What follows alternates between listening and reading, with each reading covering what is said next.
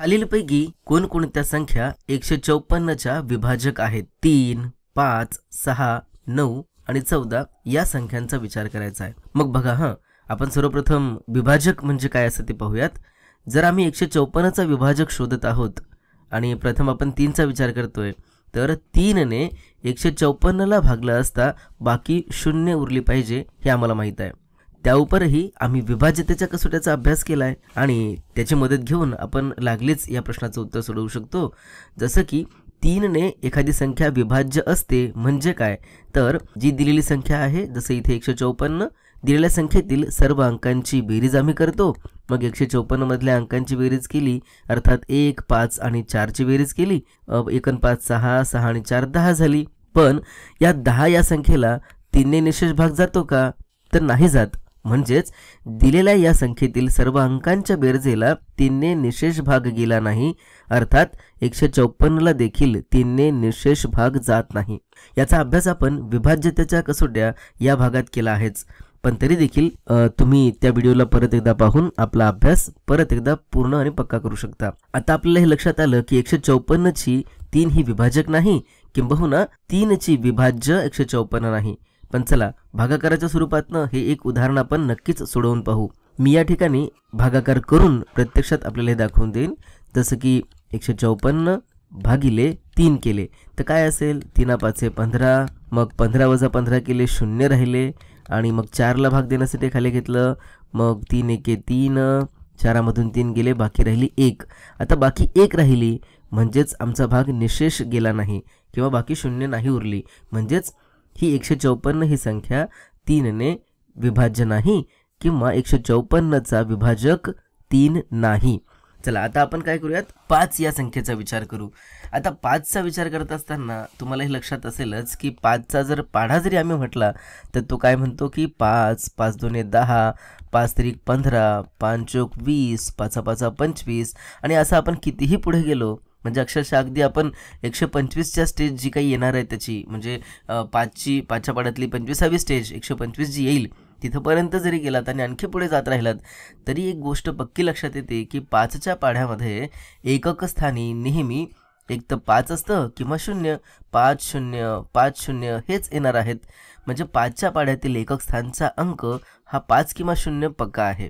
म्हणजेच जर 5ने एखादी संख्या विभाज्य असेल तर तिच्या एकक स्थानी 5 किंवा 0 पाहिजे.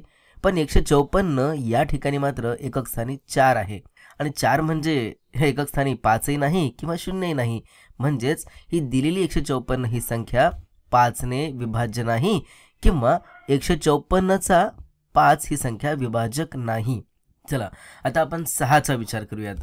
आता 6च्या बाबतीमध्ये विचार करत असताना तुम्हाला हे लक्षात आलं असेल की 6 हा स्वतःच 3चा मल्टिपल आहे, 3चा विभाज्य आहे. 3ची पट म्हणजे 6 असते. त्यामुळं ज्या संख्यांना 3ने खरं तर भाग जातच नाही त्याला 6ने देखील भाग जात नाही. म्हणून आता या ठिकाणी आपल्याला हा नव्याने प्रयत्न करण्याची गरज नाही बरं का. कारण बघा आपण जसं म्हणतोय की 3ची दुप्पट 6 आहे, अर्थात 3च्या पटीमध्ये हे 6 येतं. तर ज्या संख्यांना 3ने आणि 2ने भाग जातो त्यांनाच 6ने भाग जातो. आता 154ला 2ने भाग जातोय कारण एकक स्थानी समसंख्या आहे. पण 154ला यापूर्वीच आत्ता आपण पाहिलं की 3ने निशेष भाग गेला नाही म्हणून 6ने देखील निशेष भाग जाणार नाही. आता हे पाहूयात आपण की 154चा विभाजक 9 तरी आहे का. तर जसं आता आम्ही 6 बद्दल चर्चा केली अगदी तसंच म्हणू शकतो आम्ही की 9 म्हणजेच 3 गुणिले 3 आहेत, अर्थात 9चा एक विभाजक 3 देखील आहे. 9चा एक फॅक्टर 3 देखील आहे. त्यामुळे 3च्या पटीत असल्याशिवाय त्या संख्येला 9ने देखील निशेष भाग जात नाही. आणि आत्ताच आम्ही पाहिलं की 154ला 3ने निशेष भाग गेला नाही. म्हणजेच आता 9ने देखील 154ला निशेष भाग जाणार नाही.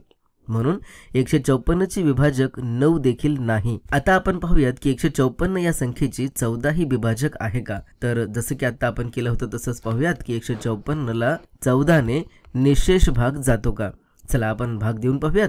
14 1 14 झाले, बाकी राहिली 1 आणि मग 4 आपण भाग देण्यासाठी खाली आणले. 14 1 14 आणि 14 वजा 14 केले, बाकी 0 राहिली. छान. म्हणजे 154ला 14ने भागलं असता बाकी 0 उरली.